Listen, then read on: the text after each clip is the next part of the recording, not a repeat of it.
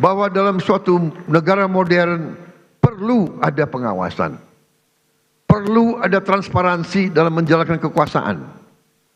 Kita faham sejarah umat manusia. Jika ada kekuasaan yang tidak diawasi, maka kekuasaan akan menjadi korup. Kekuasaan yang absolut akan menjadi korup secara absolut. Kita faham bahwa korupsi adalah masalah besar di bangsa kita. Perilaku korupsi ada di setiap eselon birokrasi kita. Ada di setiap institusi dan organisasi pemerintahan. Perilaku korup ada di BUMN kita. Ada di BUMD kita. Ini bukan fakta yang harus kita tutup-tutupi. Setelah 299 hari saya memimpin pemerintahan eksekutif, saya semakin mengetahui berapa besar tantangan kita. Berapa besar penyelewengan yang ada di lingkungan pemerintahan kita. Hal ini tidak baik, tapi harus saya laporkan kepada para wakil-wakil rakyat Indonesia.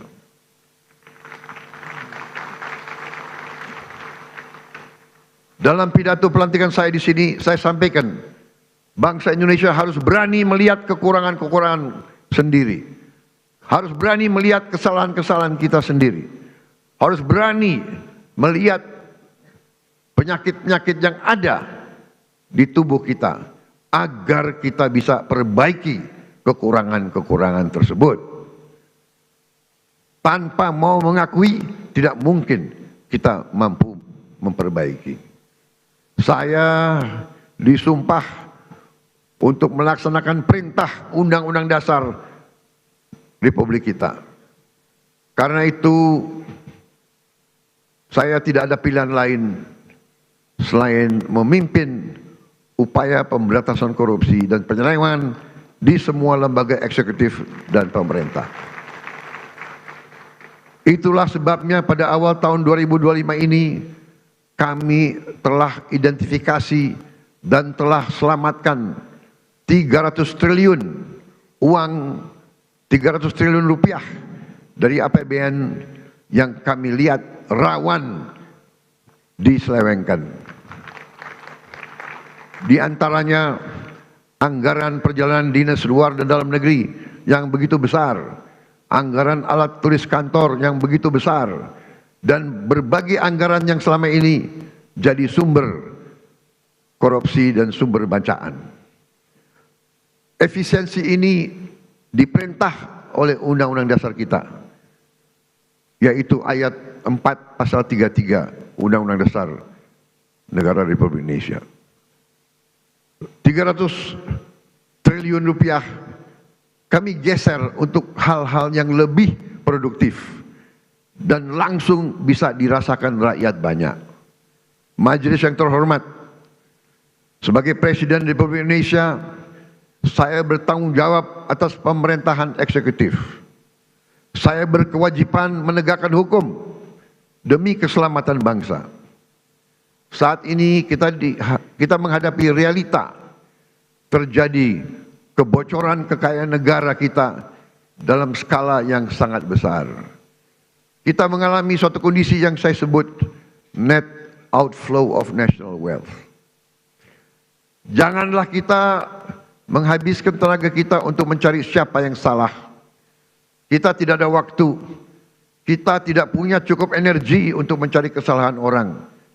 Pemerintah yang saya pimpin harus memusatkan diri untuk mencari solusi yang tepat dan cepat atas masalah pokok ini. Ibarat sebuah badan, kalau darahnya terus mengalir keluar, maka pada suatu titik badan itu akan mati. Kalau mengalirnya kekayaan kita ke luar negeri, kita biarkan terus-menerus, kita berpotensi jadi negara gagal. Karena itu saya berkewajiban untuk mengambil langkah-langkah yang perlu, walaupun itu sulit dan juga tidak populer bagi pihak-pihak tertentu. Saya harus mengambil langkah-langkah untuk menyelamatkan kekayaan negara. agar bisa digunakan untuk kepentingan bangsa kita di hari ini dan di hari esok, untuk kepentingan generasi sekarang dan generasi mendatang.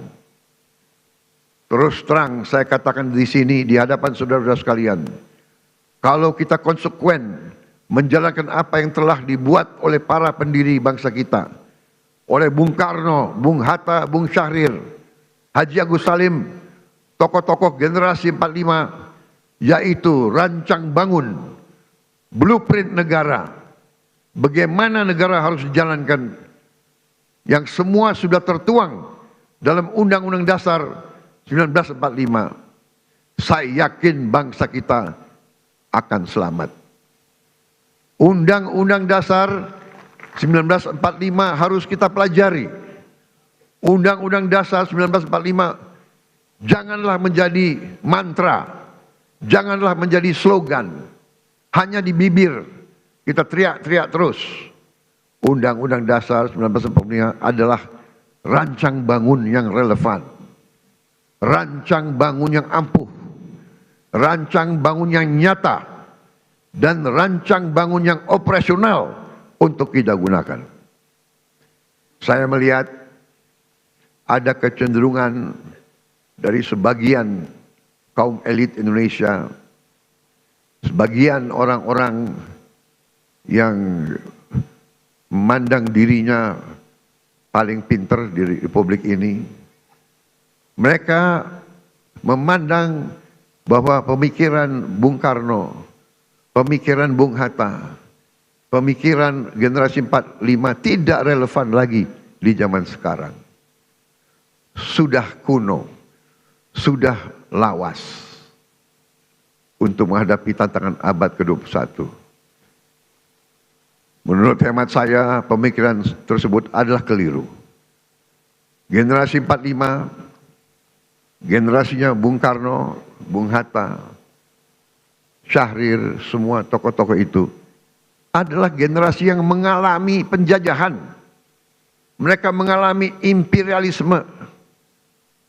Mereka sadar dan mereka merasakan, melihat bahwa kekayaan Indonesia diangkut ratusan tahun keluar dari Nusantara ini. Karena itu mereka menyusun rancang bangun. Mereka buat dokumen yang tidak terlalu panjang, tapi sangat eksplisit, menjelaskan bagaimana kita harus laksanakan ekonomi kita dan demokrasi kita. Saya berkeyakinan apabila kita jalankan rancang bangun yang sudah dibuat oleh para pendahulu kita, kita akan jadi negara yang kuat. Saudara-saudara sekalian, kekuatan suatu negara terletak bagaimana negara itu bisa menguasai dan mengelola kekayaan. Karena itu kita harus berani koreksi apabila kita telah mengambil langkah yang keliru. Sungguh aneh negara dengan produksi kelapa sawit terbesar di dunia pernah mengalami kelangkaan minyak goreng. Ini aneh sekali. Tidak masuk di akal sehat. Dan ternyata memang itu ternyata adalah permainan manipulasi yang tadi sudah disinggung oleh Ketua DPR yang saya beri nama Serakah Nomex.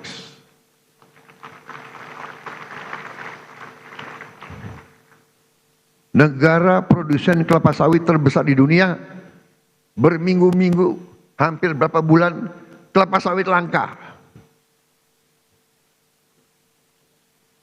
Saudara, juga sungguh aneh, kita subsidi pupuk, subsidi alat pertanian, subsidi pestisida, subsidi irigasi, waduk, kita subsidi beras, tapi harga pangan kadang-kadang tidak terjangkau oleh sebagian rakyat kita. Keanehan-keanehan ini bisa terjadi karena ada distorsi dalam sistem ekonomi kita. adalah penyimpangan, bahwa sistem ekonomi yang diamanatkan oleh Undang-Undang Dasar 1945, terutama di pasal 33 ayat 1, 2, dan 3, telah kita abaikan. Seolah-olah ayat-ayat dalam pasal itu tidak relevan dalam kehidupan kita yang modern di abad ke-21 ini.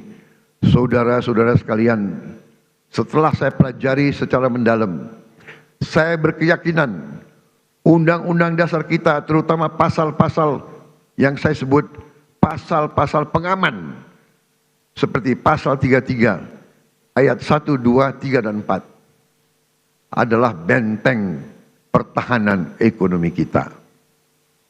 Ayat 1, perekonomian disusun sebagai usaha bersama berdasar atas azas kekeluargaan. Azas kekeluargaan, bukan azas konglomerasi.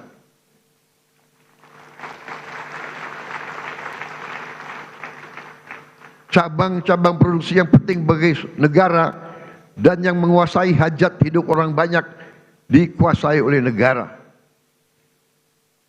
Saudara-saudara sekalian, saya ingin bertanya, apakah beras itu penting bagi negara atau tidak? Menguasai atau tidak hajat hidup orang banyak? Apakah penggilingan padi itu penting bagi negara? Apakah penggilingan padi itu hajat hidup orang banyak? Tapi ada sementara, tidak semua, saya harus fair, ada sementara pengusaha-pengusaha yang justru memanfaatkan kekuatan mereka, kekuatan modal mereka untuk dominasi dan manipulasi kehidupan rakyat, dan ini tidak bisa kita terima. Ayat 3, bumi dan air dan kekayaan alam yang terkandung di dalamnya dikuasai oleh negara dan dipergunakan untuk sebesar-besar kemakmuran rakyat. Saudara-saudara, ayat 4, perekonomian nasional diselenggarakan berdasar atas demokrasi ekonomi dengan prinsip kebersamaan, efisiensi, berkeadilan. Jadi efisiensi ini perintah Undang-Undang Dasar. Tapi ada yang demo lawan efisiensi.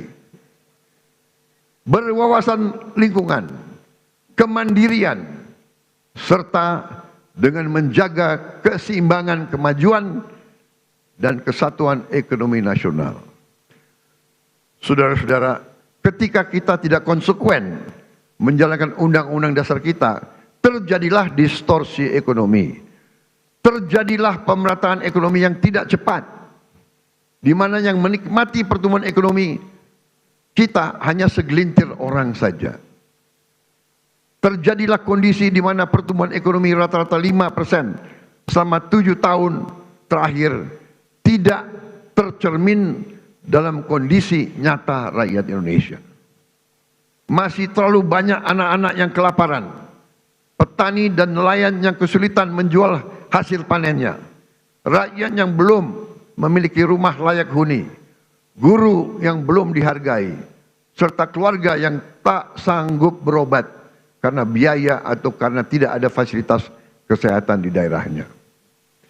Namun, ketika kita konsekuen menjalankan Undang-Undang Dasar kita dalam 299 hari ini, alhamdulillah saya dapat melaporkan bahwa kita telah mencapai berbagai kemajuan yang cukup berarti. Di tengah konflik politik, konflik ekonomi secara global, perang dagang, perang tarif, ekonomi Indonesia masih berhasil tumbuh di atas 5%. Tumbuh dalam 5,12%. Dan para pakar yakin bahwa ini akan semakin meningkat di saat-saatnya akan mendatang. Di tengah dunia yang penuh gonjang-ganjing, Realisasi investasi kita semester pertama 2025 telah mencapai 942 triliun, naik 13,6% dari tahun lalu. Telah mencapai target